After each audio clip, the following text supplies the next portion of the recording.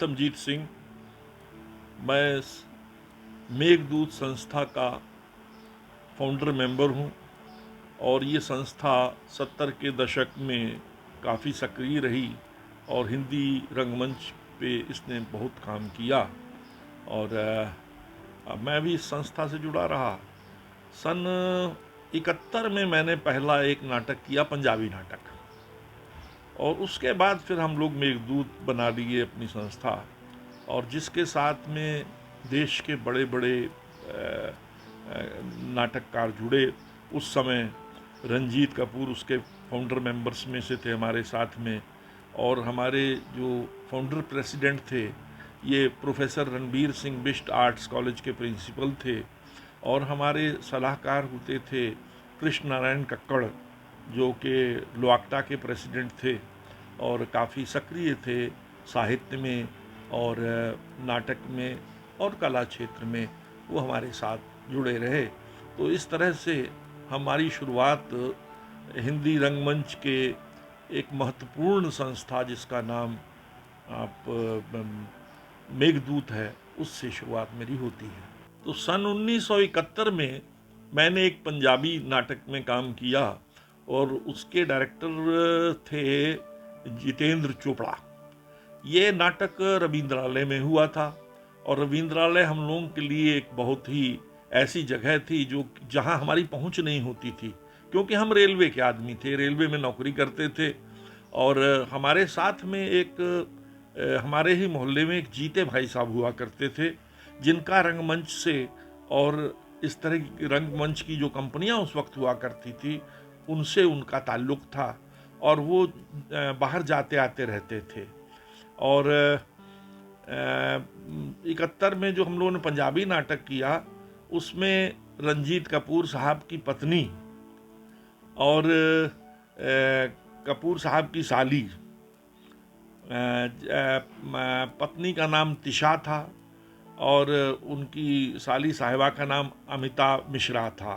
तो ये मिश्रा परिवार से लड़कियां थी दोनों।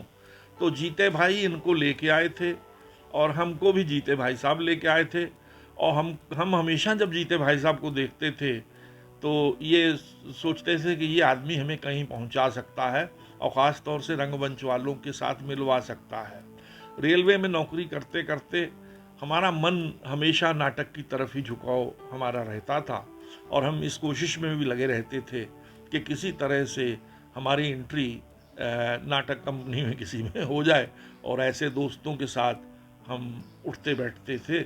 और इसी तरह से धीरे धीरे धीरे धीरे हमारी मेघदूत के दोस्तों के साथ भी हमारा साबका हो गया। दरअसल हमारे घर की जो रुझान थी, हमारे पिताजी चाहे कविता छोड़ चुके थे, लेकिन जब वो पाकिस्तान में थे, जब वो हिंदुस्तान आज़ाद नहीं हुआ था, तो एबटाबाद में रहा करते थे, और वहाँ वो सरहद्दी गांधी कहलाते थे, खान अब्दुल गफ्फार खान, उनके साथ में वो रहते थे एबटाबाद में। और जो मीटिंगें होती थी उनमें वो कविता भी पिताजी हमारे पढ़ते थे और देश प्रेम की कविताएं पढ़ते थे। आज़ादी से पहले कविता करते थे, लेकिन बाद में जब हिंदुस्तान आ गए और देश आज़ाद हो गया तो कविता की तरफ से रुझान उनका कम हो गया। कहते हैं ना कि रोटी तो किसी तरह कमा खाए मछंदर, तो हमारे पिताजी भी नौकरी में आ गए और जाहिर है कि फिर कविता से उनका साबका छूट गया। हमारे पिताजी का नाम सरदार करम सिंह दीवाना था, दीवाना उनका तखल्लुस था, और उनकी कुछ कविताएं पंजाबी में भी मुझे याद हैं, और उर्दू में तो रुबाइयाँ लिखते थे। उनकी एक रुबाई है कि आमिल हुआ है कभी शेख चिल्ली, बन सकती है भला शेर भी बिल्ली, और दूरी नापते हुए बर्बाद हैं जो, पता उनको है कितनी दूर है दिल्ली। तो ये कि पता उनको है कितनी दूर है दिल्ली, ये इशारा उनका उनकी तरफ है जिन्होंने कुर्बानियाँ दी देश की आज़ादी के लिए। उनको मालूम है कि किस तरह की कुर्बानियाँ उन्होंने वहाँ दी हैं। और हमारे पिताजी की और इंसानियत के ऊपर भी कुछ रुबाइयाँ उनकी हैं कि इंसान वो है जो इंसान को इंसान समझे, खिदमत खल्क को जो अपना ईमान समझे, जुबान वालों की जुबान समझे तो क्या समझे, समझदार वो है जो बेजुबानों की जुबान समझे। तो इस तरह पिताजी की शायरी का हमारे ऊपर किस तरह से असर हुआ ये तो हम नहीं बता सकते हैं, लेकिन असर जरूर हुआ किसी न किसी रूप में। और उसी के साथ में हमारी माता जी का नाम अमर कौर था। और हमारी माता जी बहुत अच्छा हारमोनियम बजाती थी, उनकी आवाज़ भी बहुत मीठी थी। और गुरुद्वारे में जो सत्संग जो होता है, इसको गुरमत संगीत बोलते हैं हमारे यहाँ।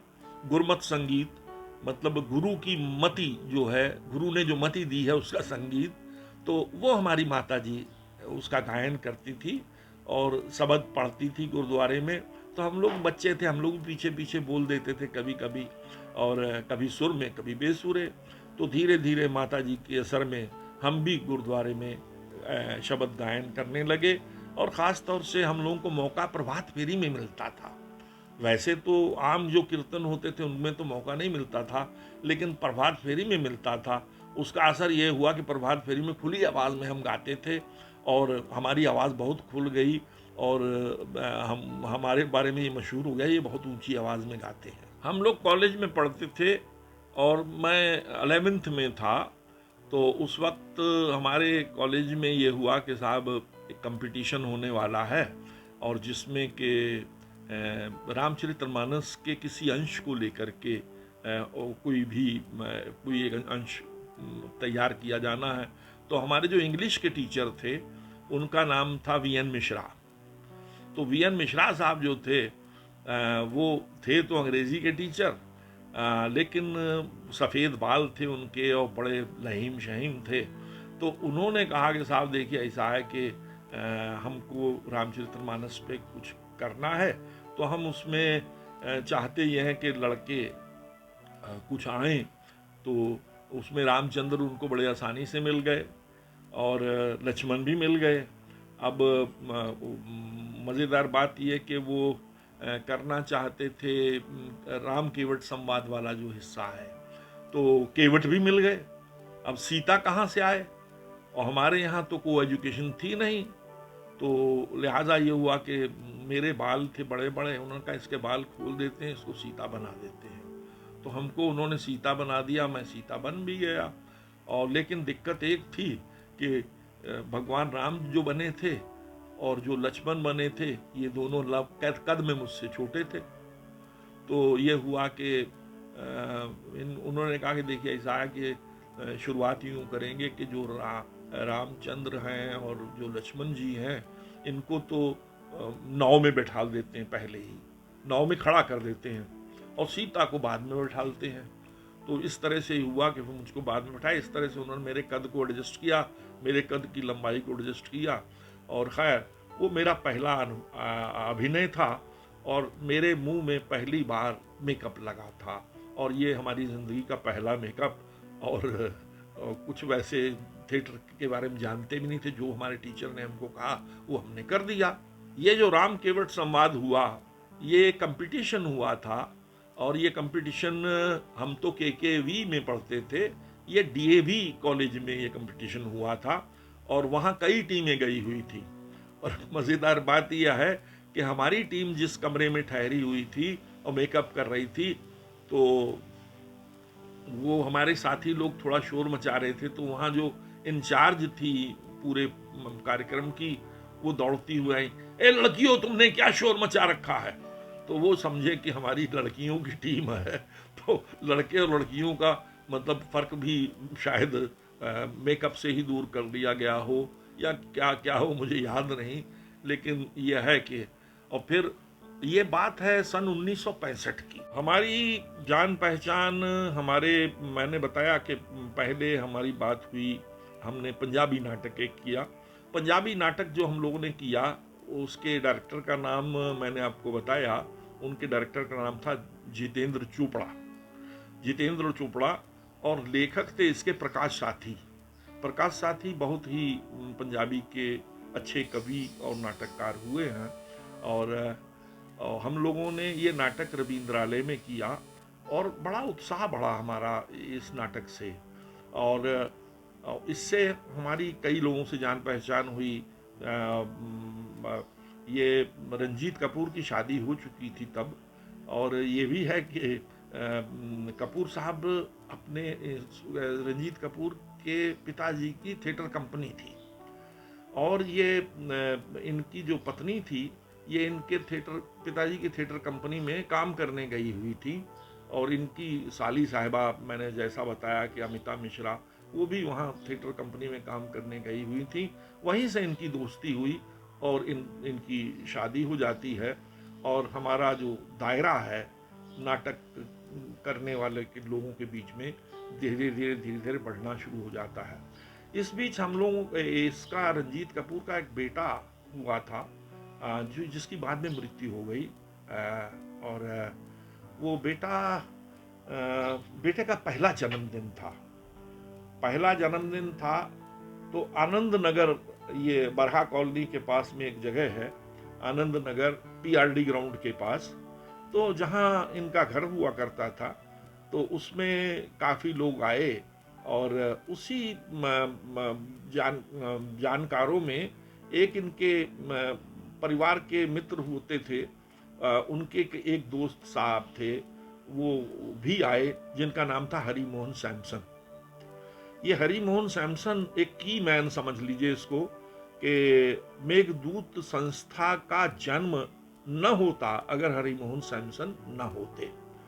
रंजीत कपूर से हरि मोहन सैमसन की मुलाकात पहली बार होती है, और रंजीत कपूर हम लोग सब पीआरडी ग्राउंड में खड़े हैं, और वहाँ पे रंजीत कपूर कहते हैं कि देखिए, मेरा तो यहाँ कोई दोस्त इस शहर में नहीं है, और मेरी तो कोई जान पहचान नहीं, भोपाल में और मध्य प्रदेश में मेरे सारे दोस्त छूट गए।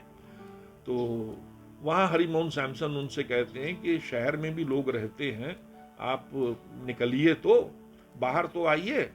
तो इस तरह से रंजीत कपूर और हरि मोहन सैमसन, मैं और कुछ और दोस्त, हम लोग इकट्ठा होना शुरू हुए, और इसी बीच मेघदूत में जो बाद में लोग आए, जिनमें सिद्धार्थ पकरासी थे, जिसमें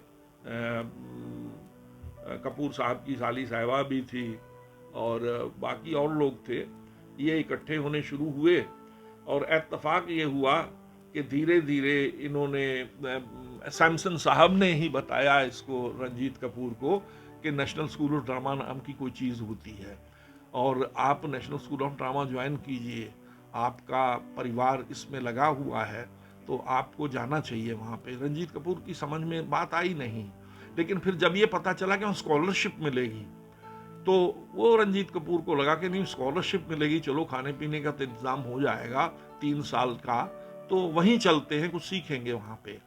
तो खैर सैमसन साहब ने उनको वहाँ भेजा, और उसमें और बहुत से दोस्तों ने मदद की, जिसमें हम लोग स्वदेश बंधु का नाम नहीं भूलना चाहिए हम शहर वालों को कभी भी। स्वदेश बंधु ने बहुत लोगों की मदद की है इस क्षेत्र में लाने की, और स्वदेश बंधु ही वो शख्स थे जो दर्पण को लखनऊ में लेके आए।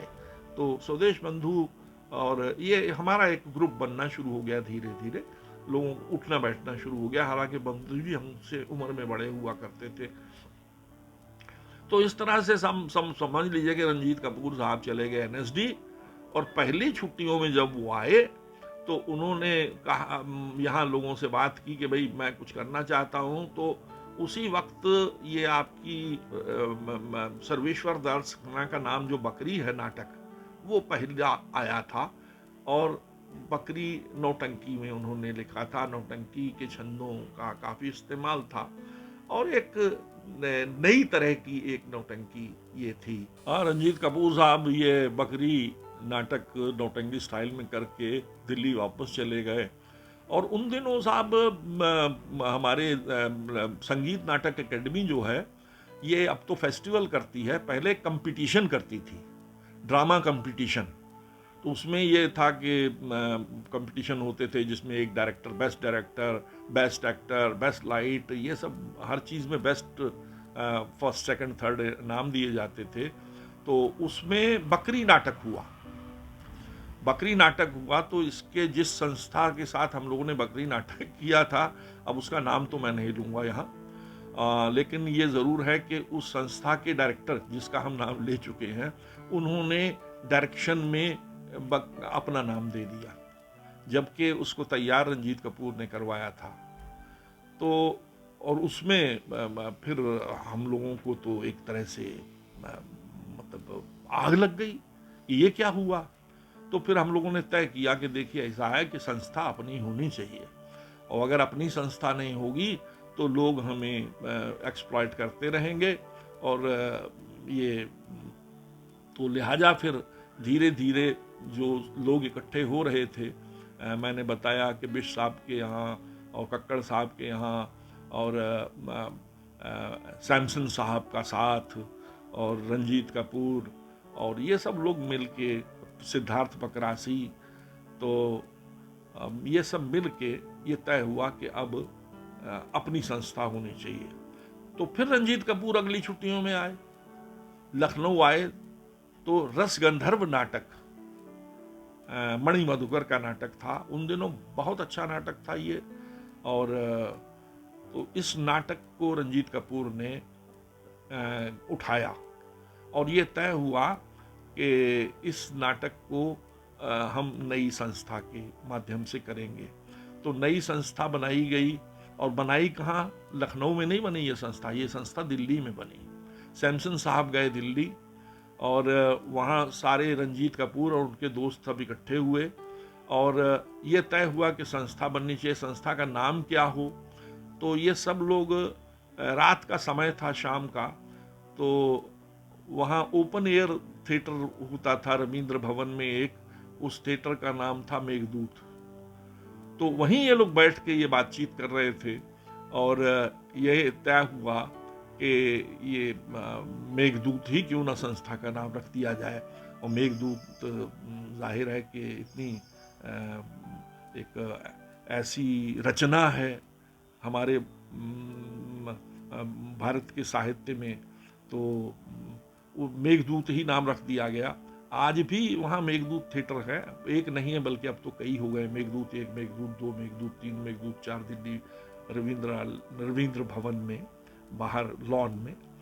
तो खैर, तो इस संस्था का नाम मेघदूत रख दिया गया और ये तय हुआ कि लखनऊ जाते ही हॉल अब बुक करा दिया जाए। और हॉल बुक करा दिया गया तो 11 जून 1974 में पहला मेघदूत का शो हुआ। और ये पूरा नाटक नहीं किया, रविंद्रालय के साथ में, लखनऊ रविंद्रालय में एक मिनी रविंद्रालय भी था जिसमें 110 सीटें होती थी कुल। तो वहाँ पे इसका एक मेघदूत का स्थापना दिवस कह सकते हैं उसको, स्थापना दिवस मनाया गया, जिसमें के लखनऊ रंगमंच के बाकी भी बहुत लोग जो हमारी संस्था के साथ नहीं जुड़े थे वो सब लोग आए। उर्मिल कुमार थपलियाल भी थे उसमें, और साहित्य के से जुड़े हुए काफ़ी लोग थे, श्रीलाल शुक्ल जी थे और बहुत से लोग थे। तो ये हमारी संस्था जो थी ये मेघदूत मतलब कलाकारों की संस्था एक तरह से हो गई। हमारे बिश साहब की वजह से जुड़े, और सैमसन साहब खुद एक पेंटर थे और उनकी वजह से पेंटर जुड़े। साहित्य में हमारे कक्कड़ साहब जुड़े हुए थे, साहित्यकार थे, उनकी वजह से लखनऊ में तो कमाल ही था उस वक्त।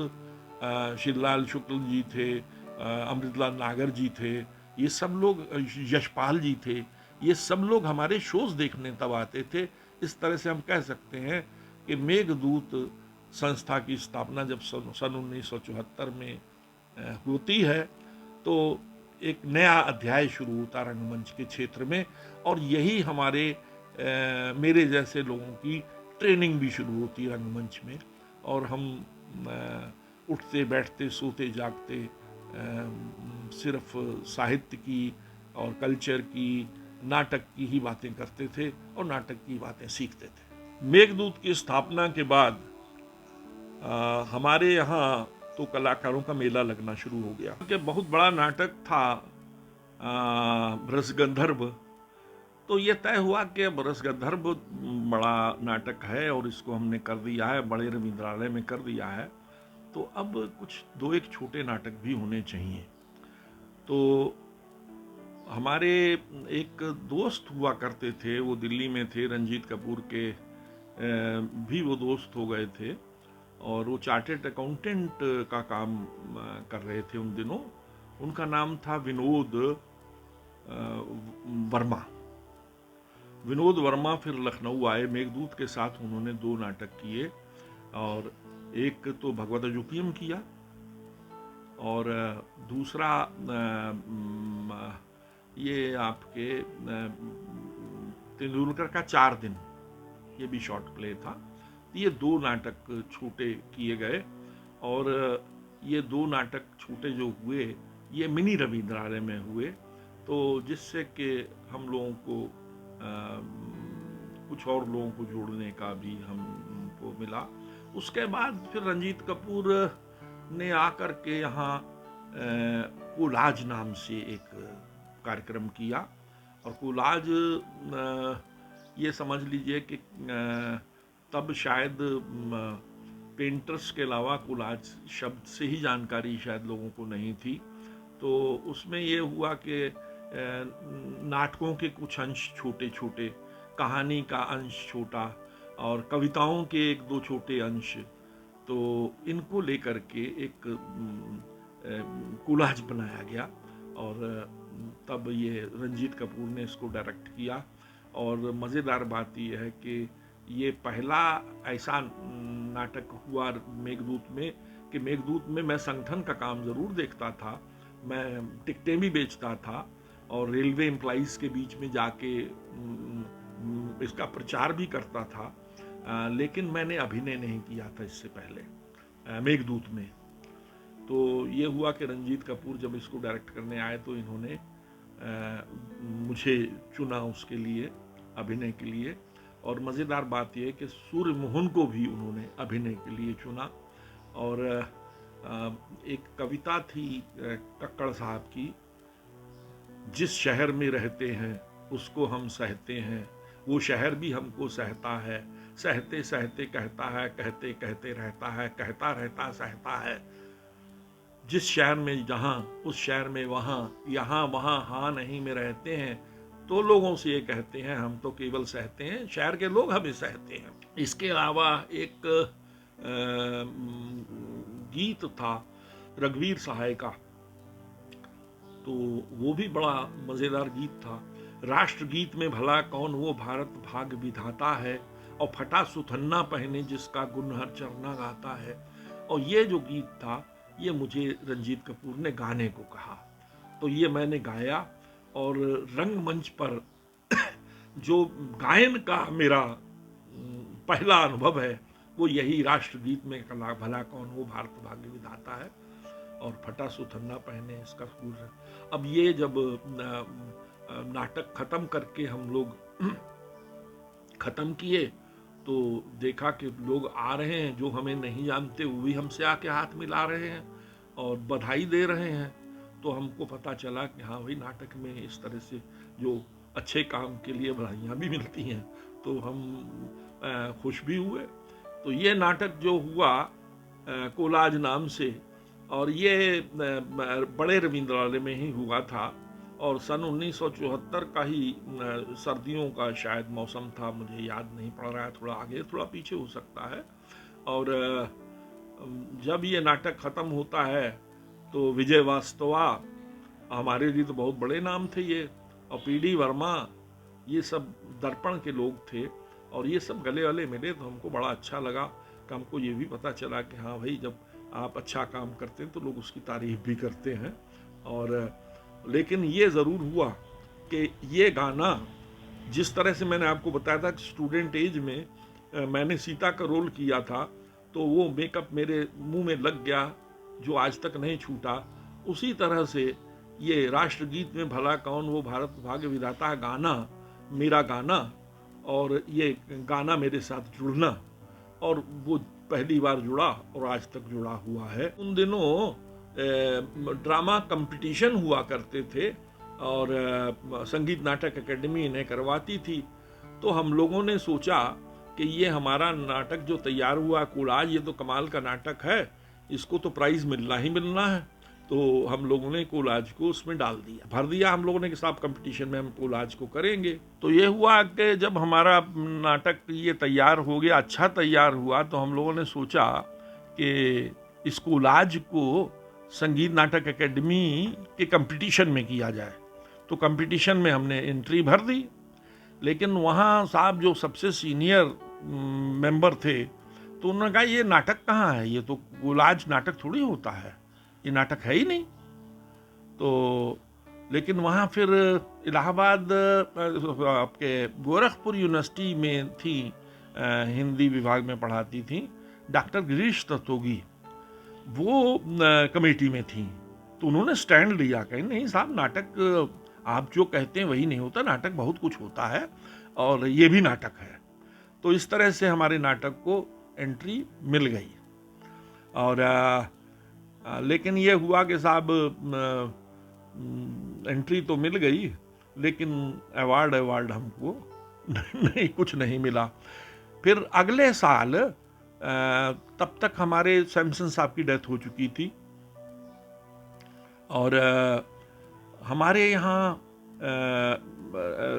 रंजीत कपूर, विनोद वर्मा के अलावा भानु भारती भी आ चुके थे। और फिर ये हुआ कि साहब अंकुर जी आए। तो अंकुर जी ने हमारे साथ 3 कहानियाँ की, और इससे पहले दिल्ली में अंकुर जी 3 कहानियाँ करके आए थे, जो एक तरह से एक पात्री कहानियाँ थी। निर्मल वर्मा की 3 कहानियाँ एक पात्री कहानियाँ थी, तो वो उन्होंने की। और उसके बाद ये हुआ कि साहब हमारे साथ उन्होंने 2 पात्री कहानियाँ की, जिसमें हर कहानी में एक लड़का एक लड़की, एक लड़का एक लड़की, यानी कि एक स्त्री एक पुरुष, एक स्त्री एक पुरुष, इस तरह से था। और वो हिंदुस्तान के कहानी के रंगमंच का एक मील का पत्थर आप उसको कह सकते हैं, क्योंकि संवाद उसी में थे, 2 लोगों के बीच के संवाद थे। तो जाहिर है कि वो उसमें भी फिर ये हुआ कि जब हम लोगों ने फिर कंपटीशन आया, जब फिर कंपटीशन आया तो फिर ये हुआ कि साहब महानगर 3 संवाद को हम डाल दें उसमें। तो लेकिन फिर यह हुआ कि साहब ये नाटक नहीं है, ये तो कहानी है, कहानी कैसे आप इस तरह से कर सकते हैं और नाटक। खैर फिर ये हुआ कि लखनऊ में, तो इसमें जो हमारे साथ में जो मुख्य भूमिका निभा रही थी लड़की, अमिता मिश्रा जिसका नाम था, उसको बेस्ट एक्ट्रेस का अवार्ड मिला, लेकिन और कोई हमको मिला नहीं। तो लेकिन ये जैसे आजकल जोनल कंपटीशन होते हैं और एक सेंट्रल कंपटीशन होता है, इसी तरह से पहले जोनल कंपटीशन होते थे, और फिर एक सेंट्रल कंपटीशन होता था। जोनल कंपटीशन तो लखनऊ में हुआ था, और सेंट्रल वाला जो था वो बनारस में हुआ था। तो बनारस में भी ये था कि हम तो इसका विरोध करना शुरू कर दिया कि साहब ये नाटक का कंपटीशन हो ही नहीं सकता। नाटक में फेस्टिवल तो हो सकता है साहब, कंपटीशन नहीं हो सकता। क्योंकि कंपटीशन इसलिए नहीं हो सकता कि नाटक की कई किस्में हैं, हजारों तरह के नाटक हैं, और हजारों तरह के विचार हैं, हजारों तरह के आपके उनके परफॉर्मेंस के विधियां हैं। तो अब गधे को और घोड़े को कैसे एक साथ बांध सकते हैं? तो यही हमारा एक तर्क था। और खैर ये हुआ कि बनारस में जो इनका यूपी संगीत नाटक एकेडमी का कंपटीशन, मेन कंपटीशन हुआ, तो उसमें वो जो लड़की थी उसको तो खैर मिला ही मिला। और हमारे दिल्ली से सुब्बा राव आए थे लाइट करने के लिए, तो हमारे लाइट को भी बेस्ट लाइटिंग का अवार्ड मिला। तो लेकिन उससे ये ज़रूर हुआ कि हम लोगों के शोर मचाने से लोगों की समझ में और शासन की समझ में, प्रशासन की समझ में एक बात तो आ गई, वो ये आ गई कि नाटक का कंपटीशन नहीं होना चाहिए, बल्कि नाटक का फेस्टिवल होना चाहिए। और उसके बाद से संगीत नाटक एकेडमी ने कंपटीशन बंद कर दिया और नाटक का फेस्टिवल होने लगा। और जो आज तक हो रहा है। ये मैं इसका क्रेडिट तो नहीं हम लोग लेना चाहते, लेकिन ये ज़रूर है कि हम लोगों के विरोध के फलस्वरूप ये कदम उठाया गया। हाँ, तो जो फाइनल कंपटीशन हुआ उसमें हमारे नाटक को जो अवार्ड मिला, तो मेन मुख्य रूप से वो जो लेडी थी आपके अमिता मिश्रा, उनको बेस्ट एक्ट्रेस का अवार्ड यहाँ लखनऊ में भी मिला और बनारस में भी मिला। और मज़ेदार बात ये कि बनारस की एक ख़ास बात ये थी कि बनारस वालों के दिल पे इस नाटक ने अपनी छाप बहुत तगड़ी छोड़ी, जिसमें हमारी दोस्तियाँ कुछ लोगों से हो गई जो मृत्यु पर्यंत हमारे दोस्त रहे, जिसमें डॉक्टर भानुशंकर मेहता और बहुत से लोग ऐसे थे जो बनारस के थे और हम लोगों के दोस्त हो गए। मज़ेदार बात ये कि अंकुर जी को भी बनारस में आगे चल के कहानियों के रंगमंच के लिए एक जगह मिली और काफ़ी लोगों ने उनके साथ काम किया। हाँ, तो महानगर 3 संवाद को जोनल कंपटीशन जो लखनऊ में हुआ था उसमें जो अवार्ड मिले थे, वही अवार्ड अपने इलाहाबाद में जो मुख्य कंपटीशन हुआ उसमें रिपीट किए गए और अमिता को अवार्ड मिला वही जो लखनऊ में था। और लेकिन एक चीज़ ज़रूर हुई कि जो हम लोगों ने विरोध किया था कि कंपटीशन नाटक में होना ही नहीं चाहिए, वो हमारा विरोध दर्ज कर लिया गया और लोगों ने इस बात को माना कि नाटक में काहे का कंपटीशन। और इस तरह से मुझे लगता है कि संगीत नाटक अकेडमी में जो कंपटीशन होते थे नाटक के, वो बंद हो गए और उसकी जगह पे फेस्टिवल होने लगे, जोनल फेस्टिवल और केंद्रीय फेस्टिवल करके। सन 1976 में जो कंपटीशन हुआ संगीत नाटक अकेडमी में नाटकों का, उसमें हमारी संस्था को जो अवार्ड लखनऊ में मिले थे वही अवार्ड बनारस में भी मिले।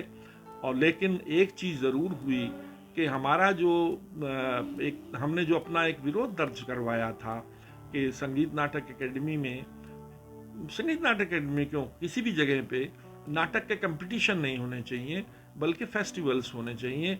और इस चीज़ को शासन प्रशासन ने और शासन में बैठे हुए दूसरे लोगों ने स्वीकार किया, माना, और तब से मुझे लगता है कि संगीत नाटक अकेडमी में कंपटीशन बंद हो गए और फेस्टिवल्स होने लगे। सन 1976 में Ranjit Kapoor national school of drama से अपना कोर्स ख़त्म करके लखनऊ चले आए। यहाँ पर आकर के संगीत नाटक अकादमी की तरफ से उनको एक कार्यशाला दी गई जो कि उन्होंने रायबरेली में करनी थी, और रायबरेली में रिहर्सल शाम को होता था और ये शाम को रिहर्सल करा के रात को यहाँ चले आते थे लखनऊ। और फिर सवेरे तड़के उठ के हम लोगों के साथ में ये लोग रंजीत कपूर हमारे साथ कुछ थिएटर को लेकर के काम करना शुरू करना चाहते थे। इसी बीच स्वदेश बंधु के आ जाने से ये हुआ कि हमें हमारी संस्था को एक बड़ा बल मिला और एक ऐसा एक्टर और एक ऐसा ऑर्गेनाइज़र हमको मिल गया जो कि अपने आप में लाजवाब आदमी था। तो रंजीत कपूर ने कहा कि क्यों ना हम लोग बिच्छू नाटक मेघदूत संस्था के साथ करें, जिसमें कि मेन रोल स्वदेश बंधु ने लिया। और उसके बाद जो अनिल श्रीवास्तवा वगैरह, ये 2 लड़के परकरासी, ये लोग नौजवानों में से थे और 2 बूढ़े भी चाहिए थे उसमें। तो जिसमें एक बूढ़े का रोल तो मैंने, आतमजीत सिंह, मैंने मुन्ने मियाँ का रोल किया और एक बन्ने मियाँ का रोल जो था वो अशरफ हुसैन ने किया। इस तरह से ये बिच्छू नाटक हमारा तैयार हुआ और अब हमारे पास एक ऐसा नाटक तैयार था मेघदूत के इतिहास में पहली बार, जिसकी कि बाजार में भी मांग थी। तो लिहाजा लखनऊ के आसपास के शहर सीतापुर, बहराइच, गोंडा, ये सब शहरों में इसके शोज होने लगे। और स्वदेश बंधु चूंकि मेडिकल रिप्रेजेंटेटिव एसोसिएशन के उत्तर प्रदेश के जनरल सेक्रेटरी थे, तो ये अपने अपने डॉक्टरों के साथ इनके बहुत अच्छे संबंध थे, तो लिहाजा डॉक्टरों के माध्यम से इनको कई शोज मिलने शुरू हो गए हम लोगों को।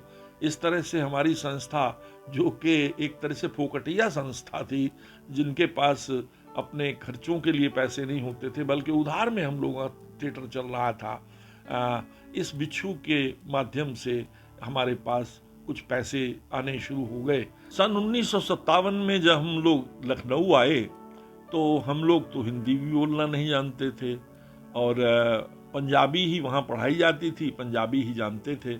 तो लेकिन बावजूद इसके संगीत से चूंकि हमारा रिश्ता था, तो हमको ये लगा कि आया कि यहाँ की जो भाषा है वो लगभग वही भाषा है जो गुरुद्वारे में जिसमें कि कीर्तन वगैरह होता है, क्योंकि वही कबीर की भी वही भाषा थी, रैदास की भी वही भाषा थी, गुरु नानक की भी वही भाषा थी। तो जाहिर है कि ये सारे भक्ति काल के कवि गुरु ग्रंथ में थे और उससे हमको हिंदी समझने में ज़्यादा दिक्कत नहीं आई। इस बीच हमारे मोहल्ले में एक मंदिर था, रेलवे की कॉलोनी थी हमारी, उसमें मंदिर था और मंदिर में हर साल दशहरे के आसपास रामलीला होती थी और उसके साथ में नौटंकियां भी होती थी। और उसी तरह से कृष्ण जन्म के आसपास भी नौटंकी कंपनियां आती थी और मंदिर में आके वो लोग अपना अड्डा जमा लेती थी और लोग उनको थोड़ा सीधा ईधा भी दे देते थे और थोड़ा बहुत कैश भी मिल जाता था, आरती में कुछ पैसे आ जाते जिसके उनके खर्चे निकलते थे। तो खैर बात लंबी हो जाएगी, लेकिन मैं बताऊंगा कि ऐसे कि हम शुरू में जब हमने बचपन में ये सब चीज़ें देखी और उसके बाद जब जवानी में हमने रंगमंच के साथ हमारा जुड़ाव हुआ, तब हमारी समझ में आया कि अच्छा इसका मतलब क्या था और ये हमारे किस तरह काम आ सकती हैं ये चीज़ें। तो उसका एक उदाहरण बताना चाहूँगा कि एक बार रामलीला हो रही थी, दशरथ उसमें मुख्य पात्र निभा रहे थे। उस सीन ये है कि राम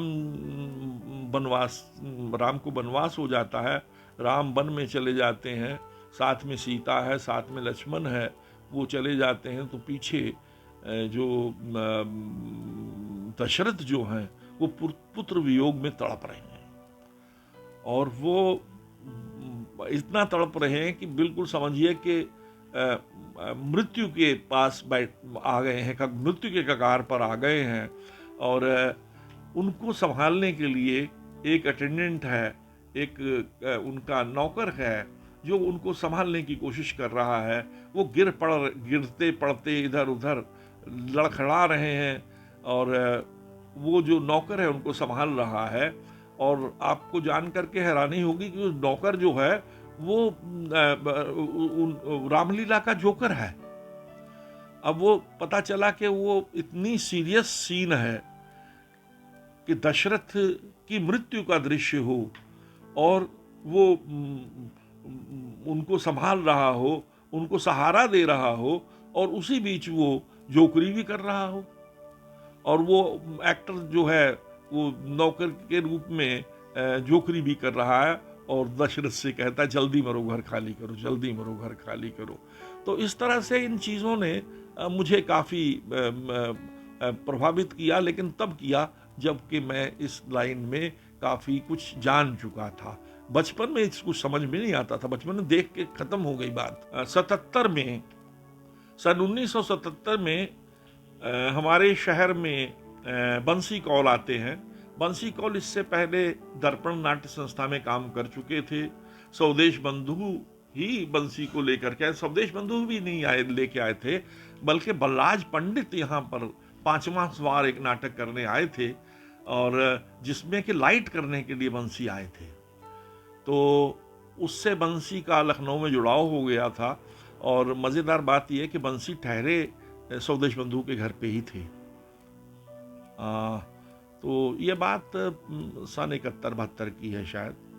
और उसके बाद बंसी जब लखनऊ आते हैं तो एक प्रस्ताव लेके आते हैं। प्रस्ताव ये कि आपके रशन एक प्ले था जिसका नाम था इंस्पेक्टर जनरल। तो वो इंस्पेक्टर जनरल को वो लेके आए कि इसको भारतीय उसमें परिवेश में ढालना है, और उन्होंने कहा कि मैं इसमें नौटंकी का इस्तेमाल करना चाहता हूँ। मुद्रा राक्षस थे जो कि नौटंकी ये जानकार भी थे, और इससे पहले मुद्रा राक्षस कुछ नौटंकी के पिताजी इनके मुद्रा राक्षस के जो थे ये नौटंकी के जानकार थे।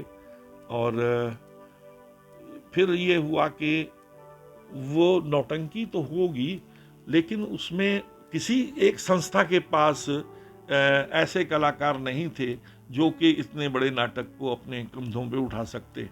तो ये हुआ कि चलो सारी संस्थाओं के कलाकारों को मिला के संगीतमय नौटंकी एक तैयार की जाए, और जो आला अफसर के नाम से लखनऊ में तैयार हुई, जिसमें कि मुझे एक बहुत महत्वपूर्ण रोल मिला, और ख़ास तौर से संगीत को संभालने की जिम्मेदारी भी मेरे ऊपर रहती थी।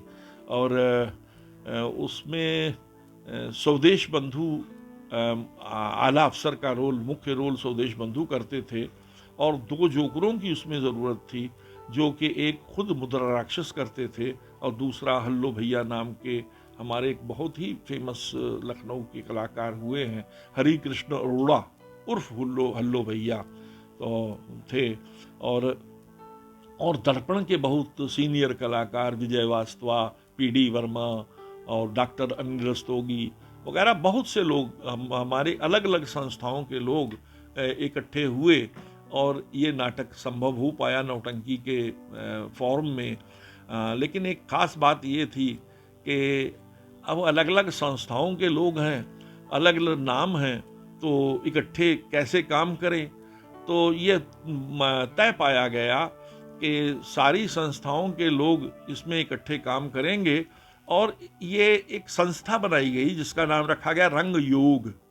तो रंग योग के माध्यम से इस नाटक को किया गया, और ये भी तय हुआ कि ये रंग योग जो है सिर्फ इसी नाटक के लिए बनी है, और अब ये मतलब ये नहीं है कि हर संस्था के नाटक बंद हो जाएं, सारे रंग योग में लग जाएं, ऐसा नहीं था।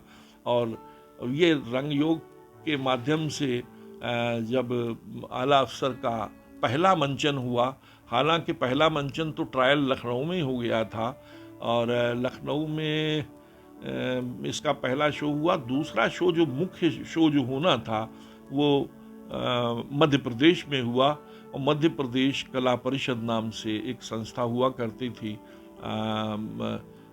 उसमें उन्होंने इसको स्पॉन्सर किया था।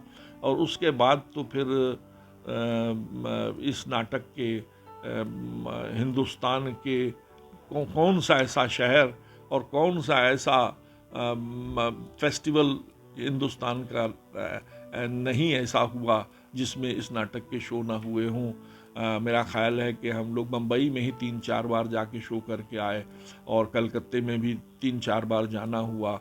और मज़ेदार बात ये हुई कि ये नाटक में अलग अलग संस्थाओं के लोग जो थे इतने जुड़े हुए थे कि संस्थाओं का काम लगभग उससे प्रभावित होने लगा। तो फिर ये तय हुआ कि भाई चलो अपनी अपनी संस्थाओं में वापस चलो। तो कुछ लोग वापस भी चले गए। तो फिर इसकी जिम्मेदारी मेरे ऊपर आई, मुझे इसके डायरेक्शन की जिम्मेदारी दी गई। बंसी कौल के एब्सेंस में इस नाटक को नौटंकी फॉर्म में मैंने तैयार किया, और इसके फिर हिंदुस्तान में शो इधर उधर होने शुरू हो गए, बहुत से शोज़ हुए। और इत्तेफाक ये देखिए कि इस नाटक को मैंने प्रयागराज में इधर किया पिछले 10-12 साल पहले, और प्रयागराज की संस्था जो है विनोद रस्तोगी स्मृति संस्थान, वो आज भी आला अफसर के शोज़ घूम घूम के कर रही है। और आला अफसर ही नहीं बल्कि उस संस्थान के साथ मैंने लैला मजनू नौटंकी भी की और उसके शोज भी वो करते रहते हैं। आला अफसर में अलग अलग संस्थाओं के लोगों के जुड़ने का असर ये हुआ कि लखनऊ की संस्थाएं एक दूसरे के करीब आनी शुरू हुई और उसके साथ में ही ये तय हुआ कि आया कि हम लोग क्यों ना हर साल एक अलग अलग संस्थाएं अपना अपना फेस्टिवल करें, जो करती हैं क्यों ना इकट्ठे एक संस्था के माध्यम से एक फेस्टिवल करें। तो उसके लिए थिएटर फोरम नाम से एक संस्था फोरम बनाया गया, जिसमें कि सिद्धार्थ पकरासी साहब उनके मुख्य कर्ता धर्ताओं में थे और शशांक बहुगुणा थे। राज बिसारिया साहब बुजुर्गवार, उनका हाथ हम लोगों के सर पे था, और आपके पुनीत अस्थाना साहब थे, और नौजवानों में आपके जितेंद्र मित्तल साहब थे, और ऐसे बहुत से लोग इकट्ठे हुए। और उसमें ये कुछ नहीं, ना किसी को देना है ना किसी को लेना है, बस ये कि जो संस्था उसमें काम कर रही है वो संस्था को कुछ टिकट मिल जाएंगे और वो टिकट वो संस्था अपना बेच के कुछ पैसा अपने पास रखेगी और कुछ टिकट हमारी थिएटर फोरम खुद बेचेगी। इस तरह से थिएटर फोरम का गठन हुआ और ये गठन 2-4 साल तक चला। जय